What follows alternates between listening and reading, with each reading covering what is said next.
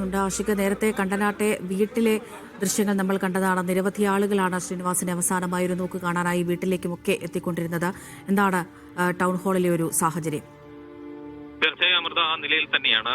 ശ്രീനിവാസൻ എന്ന് പറയുമ്പോൾ മലയാള സിനിമയുടെ ഒരു കാലഘട്ടത്തിന്റെ പരിച്ഛേദം എന്ന് തന്നെ പറയേണ്ടി വരും. മലയാള സിനിമയുടെ എല്ലാ മേഖലകളിലും തന്റേതായ ഒരു കൈവെപ്പ് പതിപ്പിച്ചതിന് ശേഷമാണ് അദ്ദേഹം വിടവാങ്ങി പോകുന്നത്. അതുകൊണ്ട് തന്നെ മലയാള സിനിമയിലെ വിവിധ ഇടങ്ങളിൽ നിന്നുള്ള മനുഷ്യർ ഒഴുകിയെത്തുമെന്നുള്ളത് തീർച്ചയാണ്. ഇപ്പോൾ തന്നെയും പ്രമുഖരായ പലരും ഈ ടൗൺ ഹാളിന്റെ പരിസരങ്ങളിലുണ്ട്. പലരും അന്ത്യോപചാരം അർപ്പിച്ചു കഴിഞ്ഞിരിക്കുന്നു. കേവലം സാംസ്കാരിക മേഖലയിൽ നിന്നുള്ളതിനപ്പുറം രാഷ്ട്രീയ മേഖലകൾ, സാമൂഹ്യ പ്രവർത്തന മേഖലകളിൽ നിന്നെല്ലാം തന്നെയും ശ്രീനിവാസൻ യാത്രയെ അയക്കുവാൻ വേണ്ടി നിരവധി ആളുകൾ എത്തും. കാരണം അദ്ദേഹത്തിന്റെ കലാപ്രവർത്തനം എന്ന് പറഞ്ഞ ഒരു രാഷ്ട്രീയ പ്രവർത്തനം കൂടിയായിരുന്നു എന്നുള്ളതാണ്. നിരവധി തലങ്ങളിൽ തന്നെയും സമൂഹത്തെ സാമൂഹ്യപരമായി ഒക്കെയും തന്നെ ഇടപെടുന്ന തരത്തിലുള്ള കലാസൃഷ്ടികൾ നടത്തിയ ആളായിരുന്നു ശ്രീനിവാസൻ എന്നുള്ളത് പ്രധാനപ്പെട്ടതാണ്. ഒരു കാലത്തെ മലയാളിയുടെ സാംസ്കാരിക ചിന്തയെ, സാമൂഹ്യ ചിന്തകളെയൊക്കെയും തന്നെയും സ്വാധീനിക്കുന്ന തരത്തിലുള്ള നിരവധി ചിത്രങ്ങൾ രൂപീകരിച്ചു എന്നുള്ളതാണ്. ഒരുപക്ഷെ മധ്യവർഗ കുടുംബങ്ങളിൽ നിന്നുള്ള ചെറുപ്പക്കാരുടെ ജീവിത ആശയങ്ങൾ തന്നെ രൂപപ്പെടുന്ന ഒരു കാലഘട്ടത്തിൽ ശ്രീനിവാസന്റെ ചിത്രങ്ങളിലൂടെയായിരുന്നു, ആ നിലയിലുള്ള ചിത്രങ്ങളായിരുന്നു അദ്ദേഹം നിർമ്മിച്ചിരുന്നത്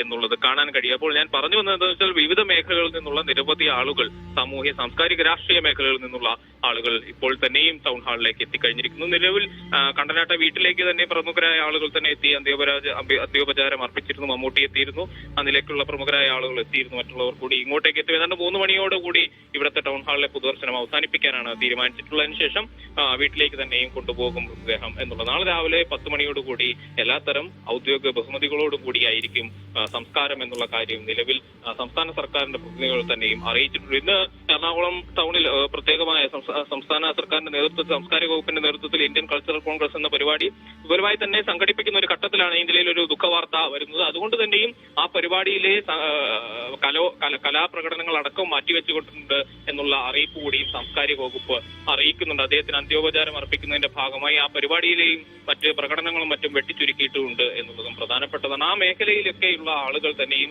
നിരവധി പേർ ഇങ്ങോട്ട് ഒഴുകിയെത്തും എന്നുള്ളത് വളരെ പ്രധാനപ്പെട്ടതാണ്. വലിയ സൂചിപ്പിച്ചതുപോലെ തന്നെ കേവലം സിനിമാ മേഖലയിൽ ഉള്ള ആളുകൾ മാത്രമല്ല, പുറത്തുള്ള ആളുകളും നിരവധിയാണ് അവിടേക്ക് എത്തിക്കൊണ്ടിരിക്കുന്നത്. തിരക്ക് നിയന്ത്രിക്കാനും മറ്റും ബുദ്ധിമുട്ടുണ്ടോ നിലവിൽ ഇപ്പോൾ ആഷിഖ് അവിടെ? തിരക്ക് നിയന്ത്രിക്കാനുള്ള എല്ലാവിധ സംവിധാനങ്ങളും ഇവിടെ ഒരുക്കിയിട്ടുണ്ട്. നമുക്കറിയാം, ടൗൺ ഹാൾ ഇത് ആദ്യമായിട്ടുള്ള ഒരു പ്രഗത്ഭന്റെ സംസ്കാര അല്ലെങ്കിൽ അന്ത്യയാത്രയ്ക്ക് സാക്ഷ്യം വഹിക്കുന്നത്. നിരവധി പ്രഗത്ഭരായ മനുഷ്യരെ യാത്രയാക്കിയ ഒരു ഇടം കൂടിയാണ്.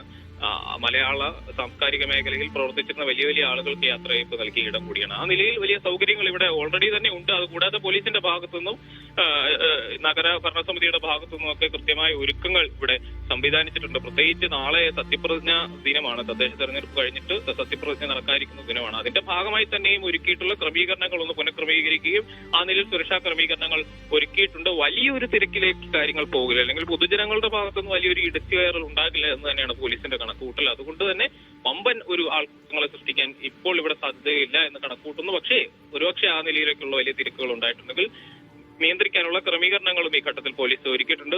ഈ ടൗൺ ഹാളിന്റെ പരിസരങ്ങൾ തന്നെ ആംബുലൻസ്, മറ്റ് സംവിധാനങ്ങൾ, പ്രത്യേകിച്ച് മുഖ്യമന്ത്രിയുടെ സന്ദർശനം കൂടിയുണ്ടല്ലോ, ആ നിലയ്ക്കുള്ള സുരക്ഷാ ക്രമീകരണങ്ങളും ഈ ഭാഗത്ത് ഒരുക്കിയിട്ടുണ്ട്. അല്പസമയത്തിനകം തന്നെയും മുഖ്യമന്ത്രി എത്തി അന്ത്യോപചാരം അർപ്പിക്കും. ആദ്യഘട്ടത്തിൽ നമ്മൾ വിചാരിച്ചത് കണ്ടനാട്ട വീട്ടിലേക്കായിരിക്കും മുഖ്യമന്ത്രി പോവുക എന്നുള്ളതാണ്. പക്ഷേ അങ്ങനെയല്ല. ഇപ്പോൾ ടൗൺ ഹാളിലേക്ക് അല്പസമയത്തിനകം എത്തിച്ചേരുമെന്ന് നമ്മൾ മനസ്സിലാക്കുന്നു. അദ്ദേഹം വരുന്നതുമായി ബന്ധപ്പെട്ടുള്ള സുരക്ഷാ ക്രമീകരണങ്ങളും ഇവിടെ ഒരുക്കിയിട്ടുണ്ട് എന്ന് കാണാൻ കഴിയും.